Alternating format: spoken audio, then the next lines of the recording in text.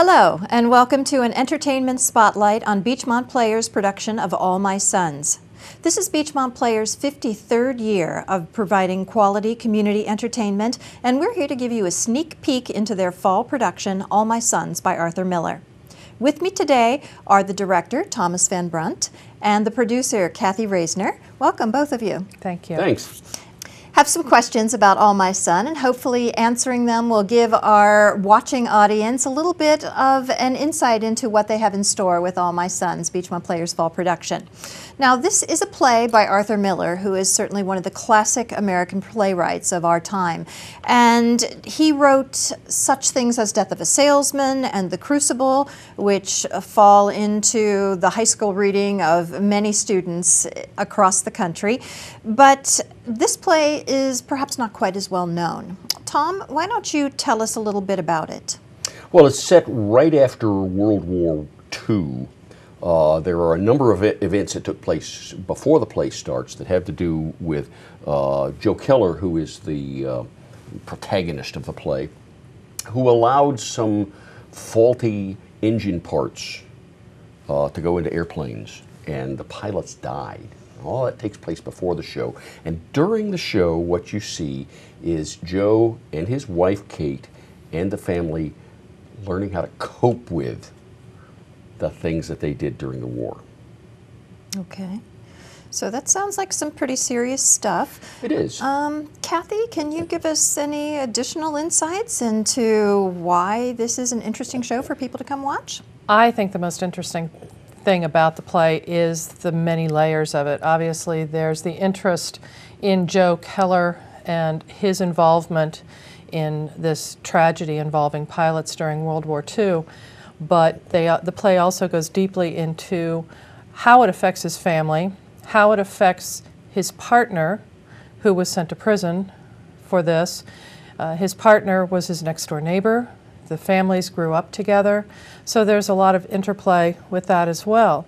And there's also a lot of conflict just within Joe for what has happened and how it affects his family now. Mm-hmm. It's a fascinating play. It's beautifully written, and it just is very interesting to watch how these tragedies and these varying levels of the play emerge.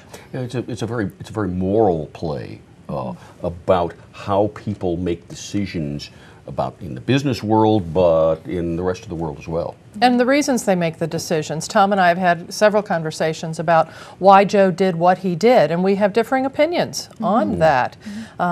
So it also covers why people do the things they do, and are those good reasons, and do they justify the results? Which really mirrors life. Yes. I mean, people have different reasons for doing things and different understandings of what is morality and what makes things right and what makes things wrong. And a lot of that sounds like it's being explored in the play. It sounds like a very serious play, obviously, and I'm wondering what kinds of emotions, feelings, maybe takeaways are you hoping that the audience will have from this? Tom, why don't you go first? Well, this is a play about real people. I mean, what Arthur Miller hoped would happen is that the audience would feel that Joe and Kate Keller and the other people in the audience and on the stage are just like them, and because they can affiliate themselves with those folks on the stage, they feel the same kinds of things that are going on the stage. So it's a play in which the audience is kind of pulled in because they learn to like these people.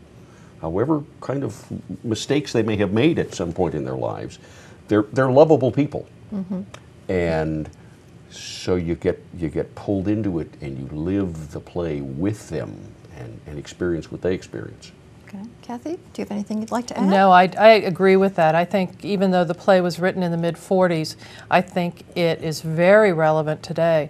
And I think a lot of the people who come to see the play will see themselves in Kate and Joe and Chris and Anne, and will understand the emotions that they have. They'll understand why Jim and Sue have remained friends with Joe, even though there were things that they knew about him that they weren't quite in agreement with. And they'll understand the relationships that evolved over those years. The kids who all went to school together, who all played in each other's backyards, who spend Sunday mornings with each other still. And I think that's something that the audience will definitely identify with.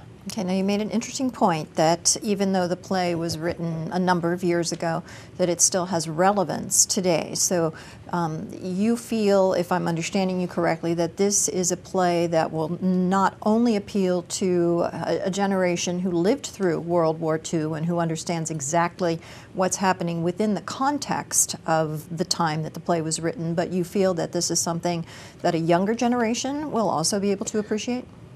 Yeah, we've talked with the actors about how different in some ways the culture of the late 40s was from our own. People who'd gone through a war in which there were deprivations at home and the Depression just before that. But the people in this play are like us. You know, and the actors are learning that even though these folks lived 60 years ago, what they're having to decide is not much different than what we have to deal with now. Which I think is, would you agree, is the hallmark of a really timeless classic, is that the situations may change, but the characters and the emotions and the conflicts and the complications are timeless. They cross generations and cultures. That's what makes a really good play. And you know, you alluded to the more well-known plays that Arthur Miller has done. And some of, you know, in graduate school, this is one of those plays that you read and you say, well, okay, this is all right. And hardly anybody does it. But in the last few years, a number of famous places have been doing this show. And so I'm just really excited that this is going to be available to people in the Cincinnati area to see a revival of this wonderful, wonderful play. Do you think that its revival of popularity may have something to do with just the political and the social kinds of conditions that we've been facing recently in our country? Yeah, in some ways this is a play about business ethics, but it's not an anti-business play. I mean, it points out a guy who made some really bad decisions as a businessman, but it's, you know, it's a part of a war culture and part of a business culture as well as the rest of the culture, and I think people are going to find this speaks to our own time. And I have to say the family culture too. I think that's what people are going to most identify with, because they're going to see that the reason that Joe made the decisions that he did is, you know, partially for he had lack of courage, but also he was protecting his family, and I think that's something that, regardless of the generation, people can understand. You try to make the best decisions. You may make them for the wrong reasons, but Joe had a deep love for his family. He had a love for his neighborhood and his lifestyle and all of those things too, and they all played into the decisions that he made. But it's difficult to watch him then see the results of his decisions, that they didn't turn out the way he had expected. Okay, very great cliffhanger. We don't want to blow the ending, absolutely.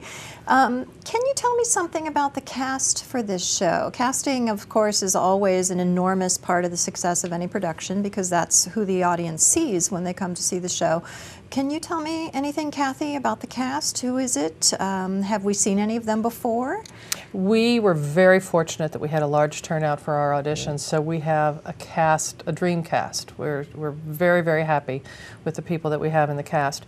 Playing Joe Keller is Steve Phelan. He was most recently seen in On the Razzle in the spring.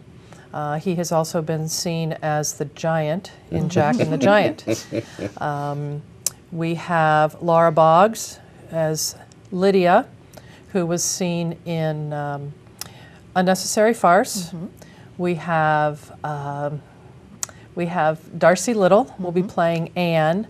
She was, let me think, Darcy. She was in On the Razzle. She was in On the Razzle, that's correct. And Ann Ryder. Ann Ryder. Who I've done lots of shows with. The last one we did The Underpants by Steve Martin, and she was the stage manager. Right. She was also the stage manager for The Rainmaker. So she's been behind the scenes. Steve was also in The Rainmaker. That's right, Steve was in The Rainmaker. Anne has worked backstage for us, and she's going to be playing Kate Keller, Joe's wife. And then playing Chris. Playing Chris is somebody new to Beach. Well, no, On Dan was in on the Razzle too. Yes, Dan Maloney was in On the Razzle. Let's see, playing George is a new actor to Beachmont. His name is Jeff Griffin.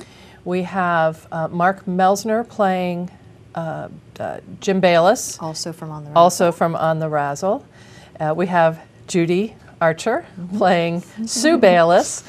I can't even begin to name all the shows that you have been in, Judy. Well, I was in On the Razzle too. We have literally transplanted the On the Razzle cast. On the Razzle and Once Upon a Mattress, and I could go on and on.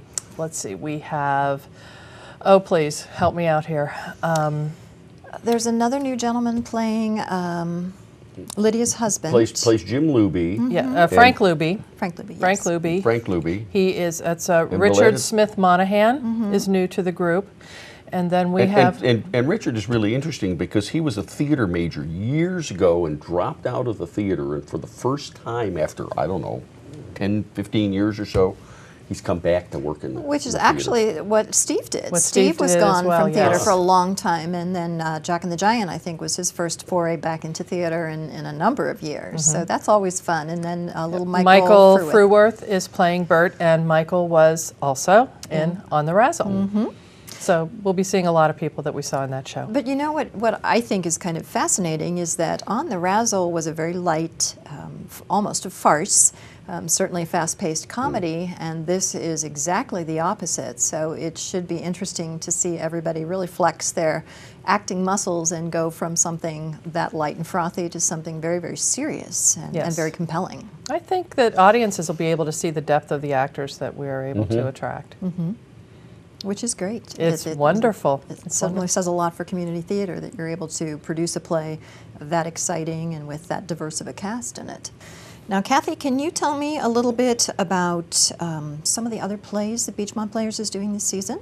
Would love to. In February, we are going to be doing the rather dark musical Blood Brothers. Very interesting. And for people who live out this way, they may remember the excellent production that Anderson High School did of it. So I think, I think there would be people who are familiar with it. It's a very interesting play.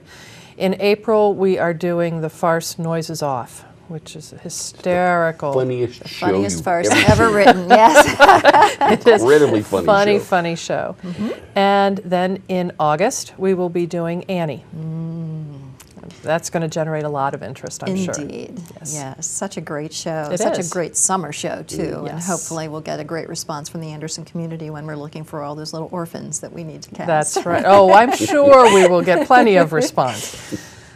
Now, Tom, where does All My Sons take place? Well, the play doesn't actually say where it is. There's a little hint that it is like 700 miles from New York City. But it's clearly in small to medium town Midwestern America.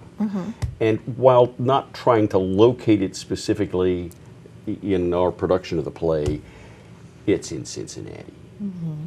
I discovered just today on the internet a letter from Arthur Miller to somebody I never heard of before. He says it might have been Dayton. Was that Greater Cincinnati? I don't know. Greater Cincinnati. But it's in communities like where we live.